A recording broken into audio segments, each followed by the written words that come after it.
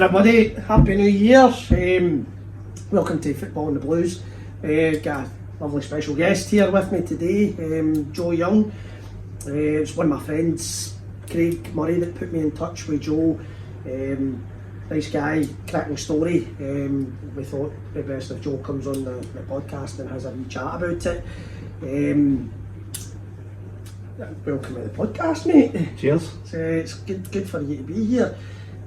Joe's from Saltcoats. I think you just call it Saltcoats, didn't you? Saltcoats. So Joe's from Saltcoats. Met his pals years ago. The Saltcoats. What's the Saltcoats thing there? The supporters club's name? Saltcoats Loyal. Saltcoats Loyal. Aye. Big Chef, and Murray will give us to a shout out. Brilliant guys, man. And I think I've met Joe before. But that was in my days when I took a drink, so listen, his what it is. But listen, mate, welcome to the podcast, buddy. As I said, the main aim for this is just to get people talking. Murray told me your story, and I thought, you know what, it's the kind of things that we need to hear from me, mate. I'm trying to get everything, so whether it's drink, drugs, whatever it is, you know, that people have got in touch about Alzheimer's and all that kind of stuff, and your story as well. I'm just trying to get everything, and as I say, if it helps somebody, then listen, it's a bonus, eh? So first, as always, mate, just give us a wee bit in your backstory. Just tell us where you grew up and. Aye, so I'm grew up in Saltcoats. I stayed with my mum just for a couple of years, then ended up staying with my gran. Stayed with my gran most of my days. In fact, probably stayed with my gran right up until she passed away. But during that time, I was in the army, so I was never really hating. I was always like, I was doing in Preston when my gran passed away. So between my grans and the army, that's where I stayed. So when you were younger, like, you mentioned to us you were in a children's home or something? Aye, so I stayed with my mum in Cunningham Road in Saltcoats, and then but she had a lot of problems with drugs and that, and I eventually found out the reason why she turned to drugs and that, and I can understand why she turned to the drugs and stuff, but I eventually, my gran used to give me money to go and buy like the local paper, the Ross and Saltcoats Herald, and I had maybe like 20 customers. She would give me money to go and buy these papers and sell to the customers. And then one day I was finishing, it was just like in the streets when I broke me, I was finishing, and I was walking home, and the police were all outside my mum's house. The door was all metal shutters on it and stuff. And my mum ran to the top of the street and grabbed me. She said, we need to go, they're coming to take you away. So at that age, I was maybe 5 or 6. So thinking back now, like 5 or 6 year old delivering papers, that's madness. But she grabbed me and she said there was a building site at Cunningham Crescent. Muller Road was getting knocked down, that was getting built. And she said, we were in there and we were hiding in a portaloo. And she said, they came and took your wee brother and your sister. And I'm like, who? But it was a social service that had done it. So social worker took them and then put them, so they get took into a home in Saltcoats, Harley Home. So my mum took me up to my Uncle Charlie's. We were in there, and then it was the police were everywhere looking for me. We ended up going there, then we went up to my gran's. My gran says to me, look, the police have already been here, you need to go to the police station with Joe. Eventually that night my mum took me to the police station, and then that night I got took away. That was never in my mum's custody again after that. And then straight there, took straight to the children's home where my sister and my brother were. And then I ended up staying in that children's home for maybe like, I can't even remember exactly, but maybe a few weeks. And then we went to a foster home over in Irvine. And then from there, my dad, he was living with a girl in Irvine. So he was trying to get custody of my wee brother, and my gran was going to take me, but my gran had my auntie Caroline, her daughter, who had cerebral palsy. So there was a lot of to and fro. I ended up going to Paisley and staying with my auntie Eileen, and then eventually ended up going to my gran's. She had custody of me, my dad got custody of my wee brother, and he stayed with him and his girlfriend over in Irvine. And my sister, she was a bit older, so she she was in Paisley. My wee brother, it was going between my dad's girlfriend and my auntie up in Glasgow. Just try to tie it all in. It's like for a lot of for a lot of young kids, it's a lot of upheaval. It's a lot of, absolutely a lot of destruction. For a young age, it's hard. I mean, did you at that age? I know it's hard, but did you know your mum was taking drugs? No, or did you no. know? Is that just something that you learned in later life? So that's when we started going to like the children's panels and stuff like that. Right. And then that's when you kind of, they were saying the reasons why you couldn't go back with your mum, but I always wanted my mum. I want my mum, and then it was like you can't see your mum. So the social work put in like no supervision whatsoever for my mum. But every day I was at my dad and my gran. I want to see my mum. So it must have been really tough on them as a young kid. Like they've got my best interest at heart. Of course. So they weren't letting me see my mum, and I thought, well, why is he not doing that? But now I completely understand why. So for there, one of my idols was my cousin Chick, who his dad was my Uncle Charlie. His mum died at a very young age as well, and he was the same age as my sister. So they were 5 years older than me. So growing up, he was like another father figure that I had in my life. His circumstances were similar to mine. Couldn't see my mum. His dad had a drug problem as well. So he kind of took me under his wing. And then he used to work the slaughterhouse, eventually joined the army, and was always saying to me, once you're 16, I want you to join the army. He joined the RHF, they were now 2 Scots. So when he was always asking me to join the army, and I was like, I'm going to do that, that's what I'm going to do. So growing up, like my gran, I wouldn't be here now if it wasn't for my gran. I wouldn't be living the life that I'm living, the morals and stuff like that she jumped into you.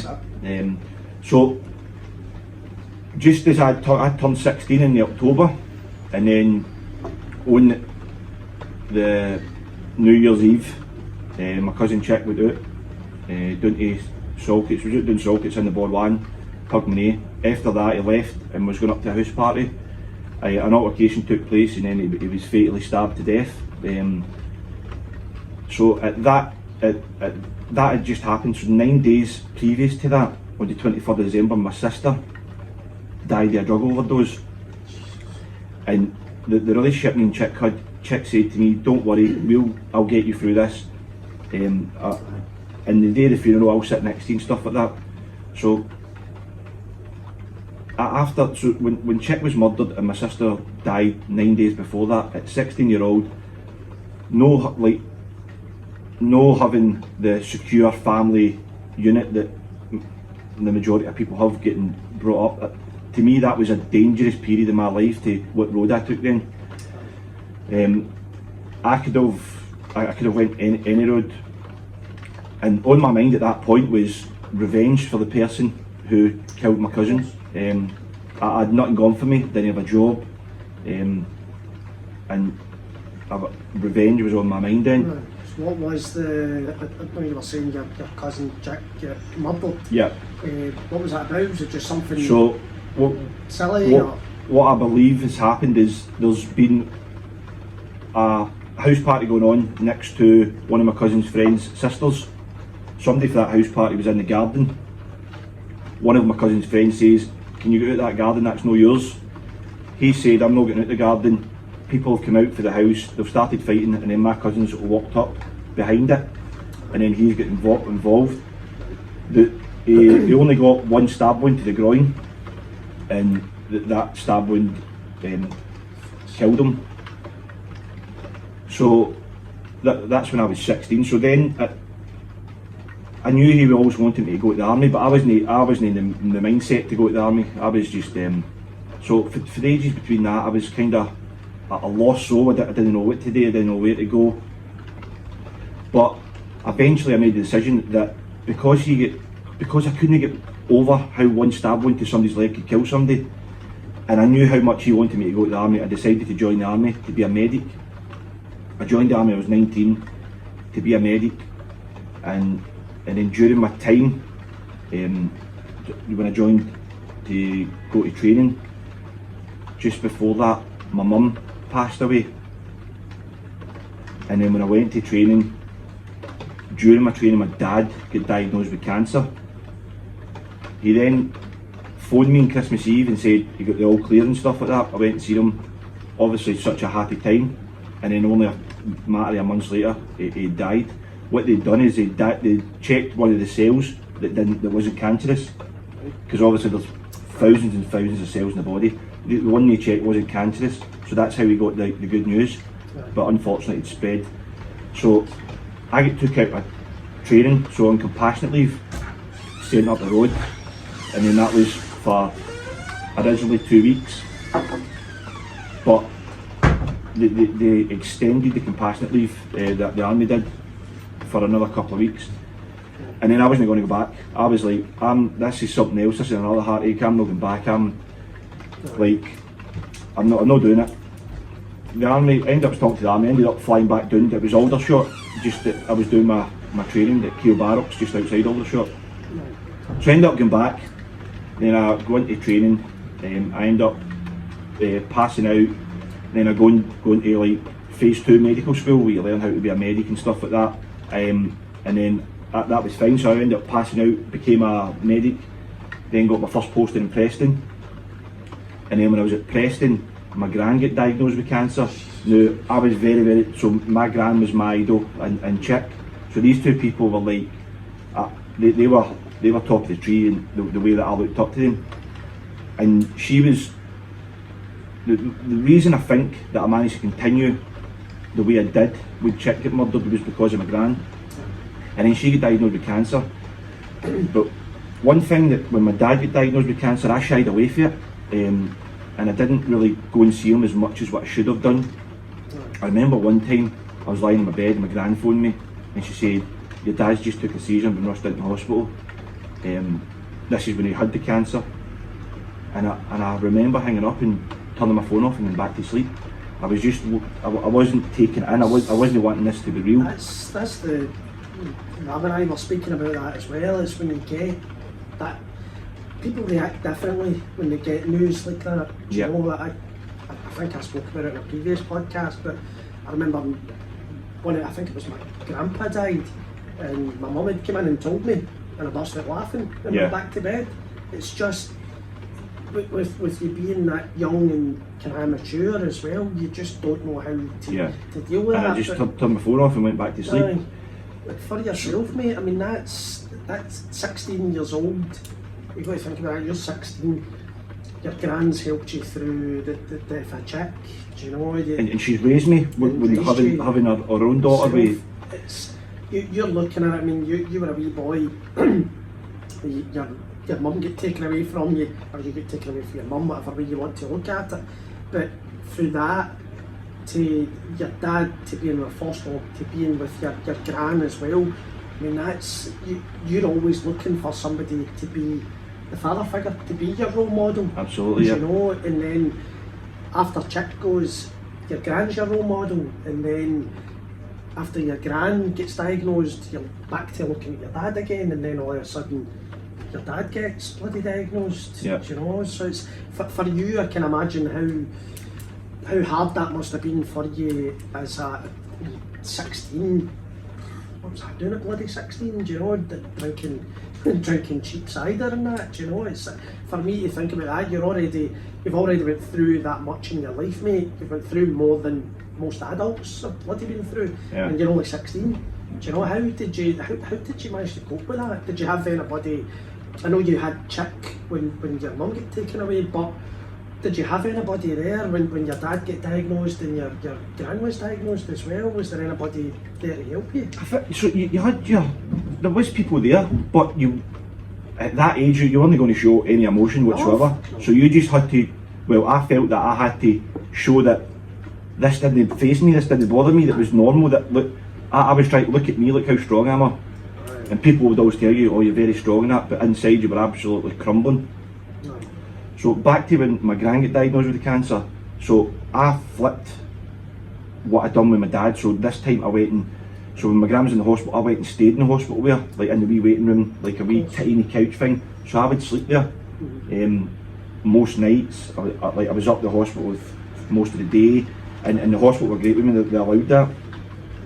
And like my gran would, so she would be given loads of morphine and that, and she'd always be asking me to get more morphine, and she would always think that the hospital were holding back, but I was there to tell her no, that's how much, you can't get any more than that and stuff like that, and see having that time with my gran to, like on that journey there, that's something that I wish I'd maybe done with my dad. But again, so when my gran's died, the armies gave me more compassionate leave, but because my gran's in the hospital, the army's like, look, take as long as you need, but just every now and so often keep in touch with us, let us know what's happening. If you need anything from us, let us know. But I think maybe 5 or 6 weeks had went past and I was still on compassionate leave, and they said to me, look, for your welfare, can you come down to Preston just for the day, 2 days, to make sure you're alright? And when you back in, and so I left the hospital on the train down, and what do you think happened on the train down? My gran passed away and I wasn't there, and that absolutely, it ate me up. I was like, the day I left. So that was that. Heartache as well. But the biggest thing that I struggled with for years, apart from the murder of Chick, was because I always had revenge in mind. You know, that would take over like my day. I would constantly be thinking what the boys done, who done it. But my mum, when my mum died, it was her birthday, and I used to go to the Domino's with my dad. So on the Thursday night, my mate Wally, I phoned him and I said, look, can you take me down to my mum's to give her a birthday present? She stayed down in Stevenson. He drove me down. He said, I'll wait in the car outside. And I went in and doors opened. I said, oh, the doors. And it's, when I went in, it's like, how I can describe it is diarrhea up the stairs, like diarrhea. And I'm thinking, what's happened here? But she'd just got a new wee puppy. And I'm thinking, that wee dog's obviously done the toilet. I went up the stairs, so I shouted her, nothing, went up the stair. And she's lying in her bed, making kind of groaning noises. Now this is something that straight away takes me back to when I was a wee boy, and I was that used to see my mum like in bed like that, and like, oh, can we get breakfast to go to school and stuff, and she'd be like, just stuff like that. So that took me back, and so that was normal for me to see her like that. So I remember I had it in a wee like birthday bag, and I flung the birthday bag with a present on the bed to her, and I said, that's a disgrace, this is your birthday, and I've come down to see you and you're lying like that. And I'm thinking she's just full of drugs. So I left. That was on the Thursday. We were playing Celtic on the Sunday, and I was watching the game in Stevenson Masonic, and my Uncle Bud came in. Now he's a Celtic fan, and I've seen him at the bar, and I'm thinking, this isn't good, why is he here?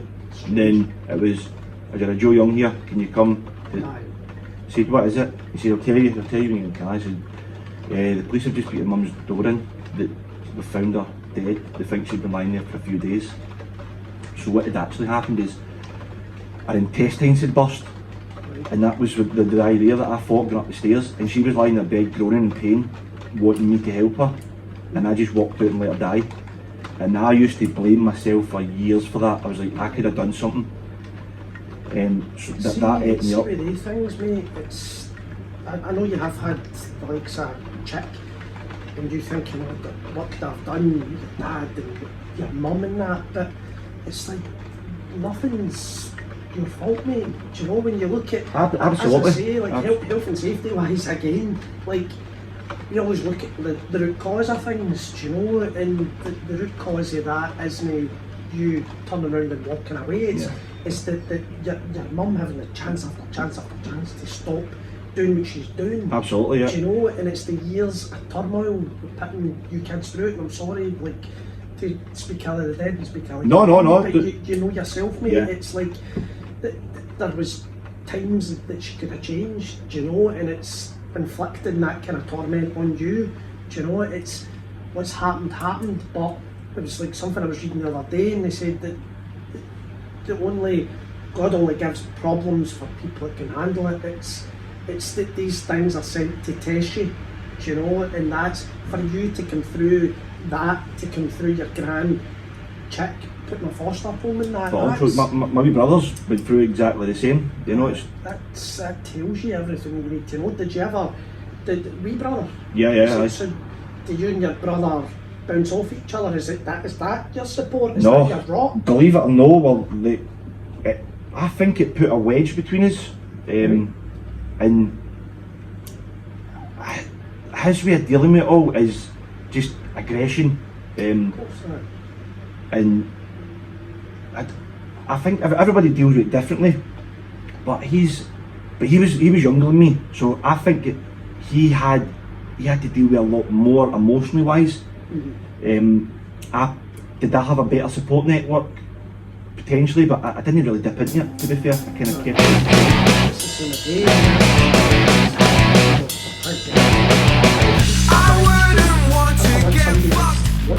Maybe bereaved and thinking to themselves, what did Joe do? Do you know how did Joe get through that? It's the same with guys with alcoholism and drug abuse and that. Like, to look at this and say, how did Craig do it? How did Scott do it? How did Rab do it? And listen, mate, that's why I said to you, come on. Yeah, it took me and my brother just done it completely differently. Right. And like the one thing we can't do is drink together.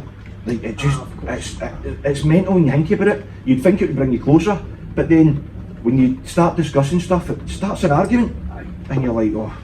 I know. But it's what it is, eh? And but that's it's a working process, and you know it didn't.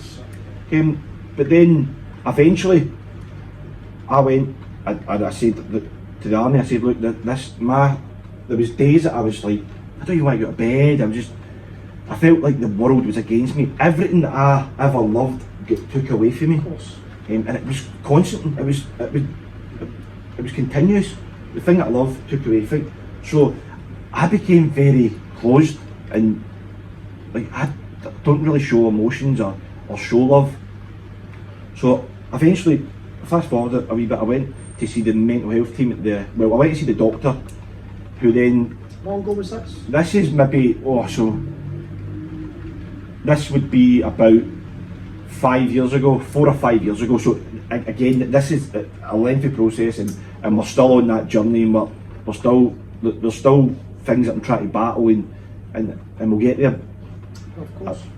But what I'm trying to get is, when I went to see the doctor, they're like, right, you've got depression, you've got anxiety, like they even mentioned PTSD. Now that's a big thing, because a lot of folk, I know a lot of people in the military who are absolutely suffering with that. One of my good mates for England in Preston, he suffers bad for an incident that happened in Afghanistan. Now for him to say that to me, I was like, closed him down straight away. But then he said to me, no, what I mean by that is that you're reliving a traumatic event, which is your mum. You keep revisiting that's a traumatic event. That's why you've got that. It's not to do with people getting blown up and shot and stuff like that. It's funny because anytime you hear PTSD, you've automatically think your mind just goes straight to Iraq or Afghanistan or something like that. It's got to be a military thing, but you're right, mate. And like I've got mates that are the same, that they suffer in silence because doctors say it's PTSD. Or and then you don't want to speak up because you're like, I've never, like, especially people who's no military, like, I've never, it's like an insult. You don't want to say it because there's people who've been out there and they've been through absolute war, and you can understand why, like, they've got the feelings they get. It's even the same, mate. I mean, I look at it and like that's the same that I'd say to everybody. Like, you look at guys like Oliver Reed. Oliver Reed had a drink problem. Jim Morrison had a drink problem. These guys were heavy Jake balls.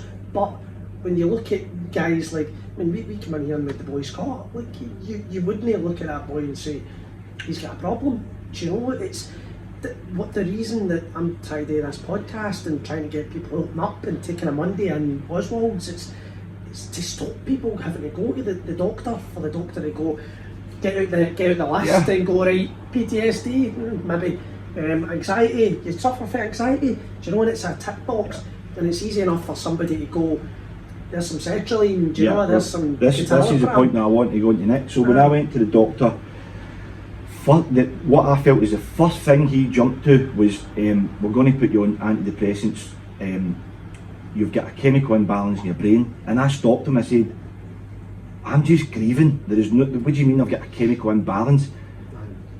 I've just told you the story that's happened, and I'm grieving. That's what's up with me. So I felt that, you know, this isn't for everybody, because again, because of my mum abused drugs, and so I'm so against drugs. I've never touched a drug in my life. So again, I think that's why I shied away straight away for the antidepressants, and because I felt I need to tackle this head on. My personal view on it is, if I take antidepressants, what if I become addicted to them, and then where does it end? Like, because when I stop taking them, the problems are still going to be there that I've not tackled. So I need to tackle them, the underlying issue. So I decided not to go on the antidepressants, but that, as I said, it works for different people. If some people it will work wonders for. I think it's giving people the options, do you know? It's like if anybody is out there and they're suffering with depression, like, try some things first. Try breathing techniques, try meditation, try all different stuff like that. And like, even when I was saying, I don't know if you'd seen the podcast with Ab, but that's stuff that we're doing, do you know, that 40 years old and taking up bloody meditation. Do you know, it works wonders. It works wonders. Fantastic. There you go. There's another guy that can vouch for it. Because what the meditation, what meditation does is, like, you need to dig in deep. You need to go right in to get the root of the problem. Because if you say for example, you're going for a job interview, but the minute you go there, you start becoming under pressure, because it takes you back to when you're at school, when you say, for example, the teacher asks you a question, you have to stand up, you get it wrong, you're humiliated. When you go into that job interview, if you don't really work on the root of the problem, you're back to that problem, you're off flustered, you think you get all you react, your body gets reactive, fight or lying, and you're only going for a job interview because you've not dealt with the problems, the underlying, that's happened way back. So meditation gets right in there, and it starts to release that. Because that's the fight or flight. Was it fight, flight and freeze? Yeah. I added the other one into it now. And it's funny that you mentioned that with a job interview, because I remember, I think it was about a year and a half ago, and I had 5 job interviews. Nailed the 5 job interviews, and the 5 companies were wanting to take me on. And it wasn't for the fact that, oh, this is the most clued up guy on the planet. It was because you're confident and you're saying to them, listen, you're looking for an also ran. I'm the man. Yep. Do you know? And if you want the best, get the best. Do you know? And I think that's something that I wish I could have told myself when I was 20. Do you know that's the way you think about life? And it's funny. It's like there was a book I was reading about the differences between the Americans and the Brits, and you always see the Americans and they go, oh, that. You're any good with Excel? Oh, I invented Excel. I'm the man. I can do that. I'll do that standing in my head. But it's the confidence. Do you know? And I was reading it, I'm going, and the British, they're just not confident. No, if you shy away from it, if you're confident, you shy away from it. Whereas, wing it, absolutely wing it. That's what I've started doing. It's just chest puffed out, do you know, and just going, do you know, if you want the man, you'll get the man. Yeah. If not, have an also ran. Absolutely, yeah. Do you know? But that's good you were talking about meditation, mate. Yeah, so, yeah. About you've obviously had a lot of grief in your life, mate. Yeah. So what happened to you back into the army? So all this is happening, my army career's still going ahead. Then the army, the doctor sent me to the mental health team with the army, and they thought a solution to a place to start would be to go to bereavement counselling. So this was like 6 sessions. They said, we'll book you in for 6 sessions through an independent agency. And I went there, and it was like an older lady, and we had absolutely nothing in common, and straight away I was like, I'm not telling her anything. So I went back to that. I said, like, these aren't working. So they rescheduled with another counsellor. Again, I was like, nah, I was under the impression that they weren't really interested in what I had to say. They were just there getting paid for listening, and I was like, so again, I went back, and they said, what we're going to try then, we're going to try something called CBT. So behavioural therapy, and it's all about the thought process. And the guy that they sent me to was called Angus, and they're a massive Rangers fan.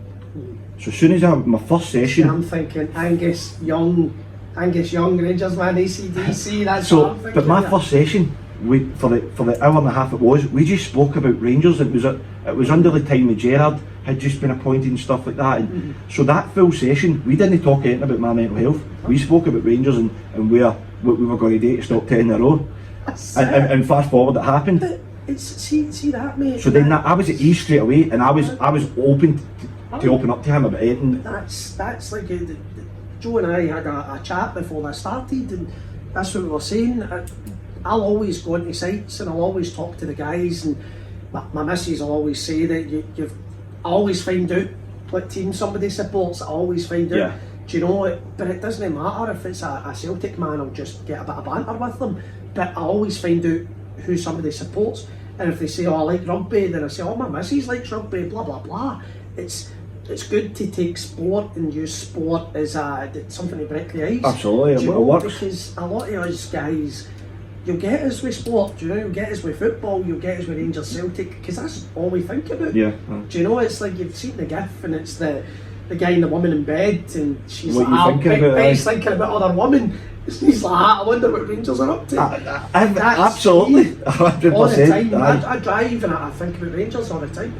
And I'm going, I should be thinking about the kids, but it's Rangers. Aye, you're like, how can we play here? How can we change this? And Aye. this is what I would do. But and that's why I started the page, just to get the chat about Rangers, and it's quite funny because even when I look at people, I occasionally, I'm going to let you into a secret, I occasionally throw out something out there to weed out people that are maybe unsavoury on the page. Yeah. And I don't mean that unsavoury as in green and grey, it's more unsavoury as in maybe somebody that's a wee bit racist, or somebody that's a wee bit homophobic, Absolutely, or somebody that's a bit sexist. I like to throw them out. That's how you notice when it was the women's Euros that I was putting on a lot of posts about the England women team, because I was expecting people to come out and go, "Oh, go and do the dishes," and I'd be like, "Excellent, delete," because I know that I want to provide a safe place where people can talk, and it's half the battle. Is getting somebody to sit down and talk. You'll come away from here today, mate. It's cathartic. I find this is therapy. This is therapy, 100%. When you're sitting and speaking, but people half the are still under the illusion that we can't speak out about your mental health. And my gran always said to me, "A problem shared is a problem half." And throughout the years, it's so right. Even just speaking to somebody, you don't know what avenues it can open up. What I found is, see now talking to like loads of different. So the antidepressants work for some people, CBT therapy work for others. But I would never know that without talking to people and see the amount of people, see the amount of different options there is out there. And sometimes you need to go through them all to get something that helps you. But I would never know if I never ever opened up about it. I would still be sitting there feeling the way I felt. So see if anybody is listening, like if you're sitting there and you're feeling a wee bit under the weather, you maybe do need a bit of help with drink or drugs or bereavement, whatever it may be. You're anxious, you're depressed. You've maybe tried sertraline, for instance. The doctors hit you with some pills which actually don't take in for like a couple of months. They kick in, so you've maybe taken them for a week and you're expecting it to be, you're walking about like it's the 70s and you're mad with it, and it's not like that. It's just as you say, it's that chemical imbalance in your brain, and it's just trying to tweak that physical that chemical imbalance in your brain. But it's trying all these other things. It's getting out for walks, it's talking to people, it's meditation. And as Joe says, it's like that might not work for you, but that might work, and that might work a wee bit, but that works great. And I was speaking to somebody last week, and we were talking about having a mental health alliance with me and these guys, and I'm thinking, like, usually if you're on a construction site, and Murray will tell you, it's like mental health first aid. Let's get guys trained up. Mental health first aid. That's not going to stop it. That's just a tick box, isn't it? Of course it is. And it's a. I use these rubbish bloody analogies, but it's like a bandage on an axe wound. Absolutely. Yeah. And it's trying to offer. It's what I'm thinking about is like doing it and saying, right, I can offer you that support, but I can offer you that support and that support and that support and that support. And everybody's different, and every company's different. Everybody's got different backgrounds. We're all different. Well, what I will say about that is you can give MD all the tools in the world, but if they don't want to do it themselves, they've got to take responsibility. they say there's between 50 to 70,000 thought processes in a day, and 90% of them was repeated for yesterday.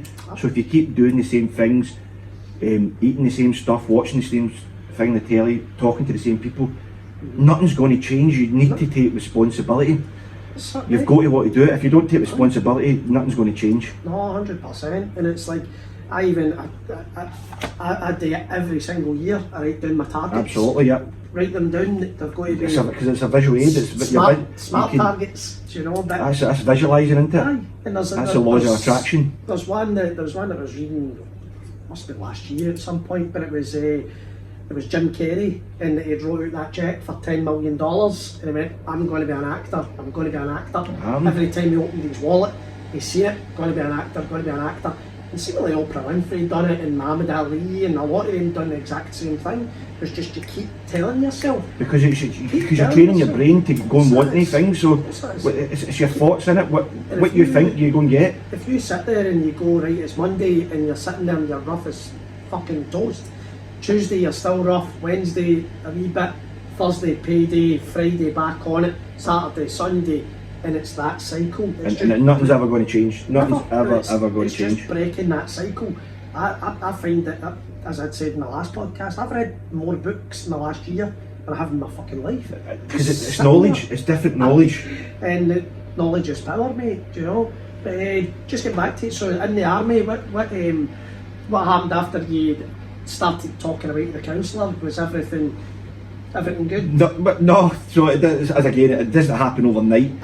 But we eventually started tackling, just breaking it all down and tackling the individual, individual deaths, as we say. And what he was giving me a set of tools and how to manage and deal with. And basically, what it was is the mindset. Change your mindset, you change your world. The mind is a master. The body's a slave. You can go to the gym, you can try and change everything about your body, but if you do not change your mindset, it's not going to work. The mind's a master. So we started working on changing the mind and how to look positive into a situation. So whereas for example my mum, I used to always blame me. Now the way I look at it now is, if that happened in a surgeon table, she would still never make it. But I would never have thought like that unless I went through that therapy. And you just take that into everyday life. It's, as I said earlier, it's like when that happened with your mum, it's you looking at it and saying, well, that was my fault because I went back. But it's the events leading up to that. Do you know? It's, as you say, you could have phoned an ambulance and the same thing could have happened, but you would have still blamed yourself and said, oh, why did I not go and see her 5 weeks ago, 10 weeks ago? But you couldn't do anything. So I remember when my grandpa passed away and he got diagnosed with cancer on the Friday. I went to see him on the Saturday, and it's funny, it's just one of my amazing memories. Took the newspaper up to him and I was sitting reading the apologies to the Daily Record. I was reading the Daily Record to my grandpa, and we were just having jokes about Rangers, and he was a Clyde man, so we were gibbering away about Clyde and Rangers and just having a laugh, do you know? But he was diagnosed on the Friday, away on the Monday, and my gran was the same. She's going, oh, but what if we had known 6 months ago, 12 months ago? Had them indeed 6 months ago, 12 months ago, because you're taking somebody that's frail, that's a smoker and a drinker, that's smaller than me but skinnier. Do you know, like a wee frail guy? If you took that back 6 months, 12 months, 2 years, they would have died then because they wouldn't have been able to stand the chemo. Do you know? And that's, they say it as well, mate, and it would have been the same, Joe, with your mum. It's weaning people off of things. It's not like, right, today's the day you're stopping drinking, today's the day you're going to stop heroin and cocaine. You've got to gradually, you know yourself, you can't just cut it off altogether. It's got to be a gradual thing for the body as well and the mind. Absolutely. Because I've seen people that have been alcoholics stop drinking, it's killed them. That's it, because the body's like what's happened to the you. Body's used to it. It's got to feed off that alcohol, and it's just I know they say it's life, mate, but it's just bloody hard, and especially in the society that we live in. Everybody, it's brilliant that, I know it's not brilliant with bereavement, but it's brilliant how you've managed to deal with that and look at it and say, do you know what, fuck it. It'd be easy to just turn to the drugs and just go rogue. Just And go people numb. would be like, I understand why he's done that. I understand why he's done that. But it's about taking responsibility. Aye. But at the end of the day, it's like, that's what I always say, it's like, I'm the manager at Craig's World. Do you know, this is my wee world. You're responsible for everything. Like, you're responsible for everything. Your actions. You're responsible for you to sort your own, like the trauma you've been through. It's your responsibility to treat people right. You're responsible for it all. It's like it's easy. You can blame everybody else, but it's your responsibility. The way I look at it as well is like with me raising the kids, and I'll impart my wee bits of wisdom on them, and I keep saying, learn from my mistakes. Do you know, I'll tell you about my mistakes and be as open as you can with them. Do you know, and it's even trying to impart the wee bits, and I can not control the kids, but I can put as much of me into my kids as possible, and try and make sure that they grow up to be good adults.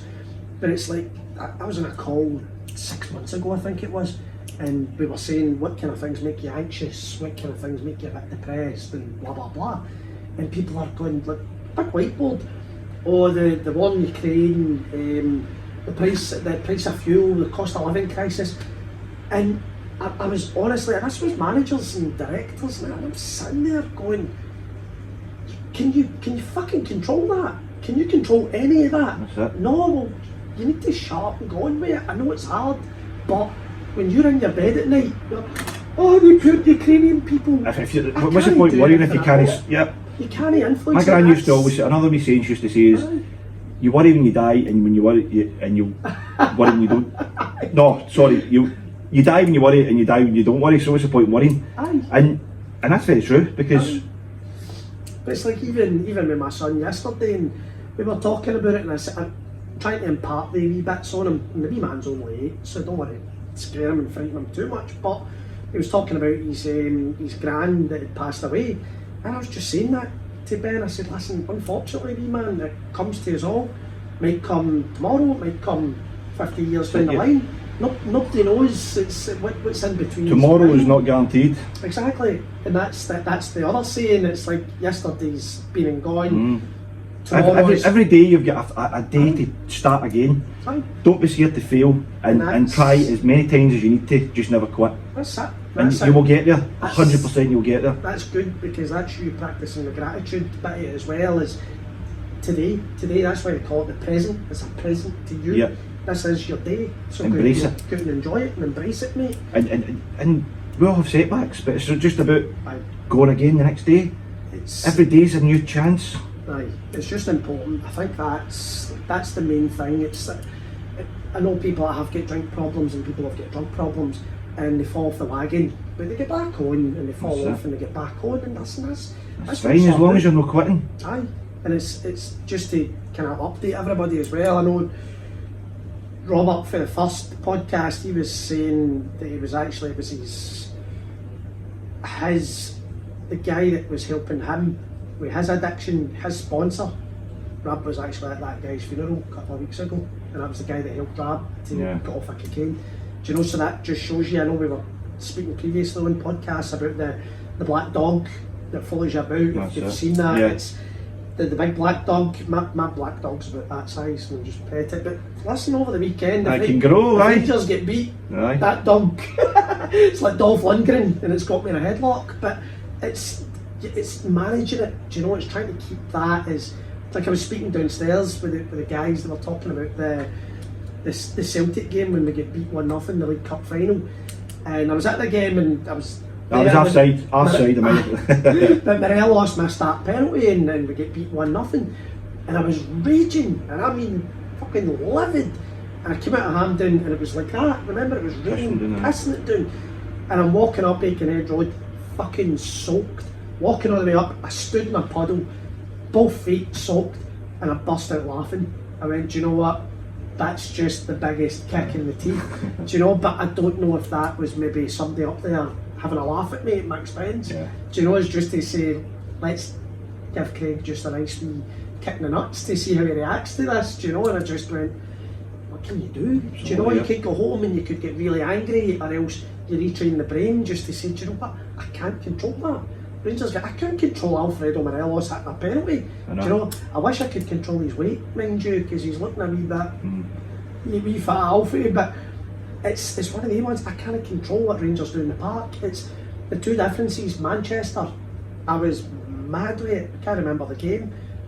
At the game, can't remember anything about it. There's a few pictures of me being at the game, and then Seville, sober, and Totally different. I'm at the game and I could see it all. The minute that game was finished, I was raging for months. But the game in Seville, I'm like, great, a penalty, but skied a penalty. Yeah. What do you do? Do you know, it's not exactly it's not the end of the world. It felt it at the time, but it's reaching your brain and being a downer for months after Manchester to Seville. You accept it a hell of a lot more because you've not got that drink and drugs to cloud your system to go, Yeah. Do you know, it's Absolutely, yeah. so what's next? Are you still in the army, still loving life? Yeah, so I've just finished Getting my a bit better. post there. Two Scots, was up there for 4 years. I start next Monday up at Lookers with Scots DGs. Right. What I'm going to do next, I've got another podcast recording Saturday, and then I'm doing a speech or no a show and tell really, but for knife crime, one of the knife crime companies. So I'm going to do a talk to, I think it's one of the youth centres, about the impact of what knife crime can, how, like, as in what it can do, as in for somebody else's mental health further down the line that you've not even considered. And yeah, we'll see where we go from there. Because that's what I keep saying to everybody. It's like we were talking earlier about that cycle and it's breaking that cycle. Go out and don't bother drinking on a Friday. Get on a Saturday and go to the youth clubs. Do you know, train kids to play football? Yeah, do you know they say that meditation uses the same endorphins in the brain as cocaine, so Probably even more. do you know, Probably so more. like don't keep doing that same cyclical thing. Get off your ass and get out of the house and go and do things with yourself or me or do you know, and it's I keep saying it, mate, it's everybody's different, but if this podcast can get people talking, get people looking at their lives and saying, do you know what, I wouldn't have said to you that, because you think an alcoholic is somebody that's a junkie is just rattling 24/7, whereas I want to show people, guys that are like your ages, going, enough's enough.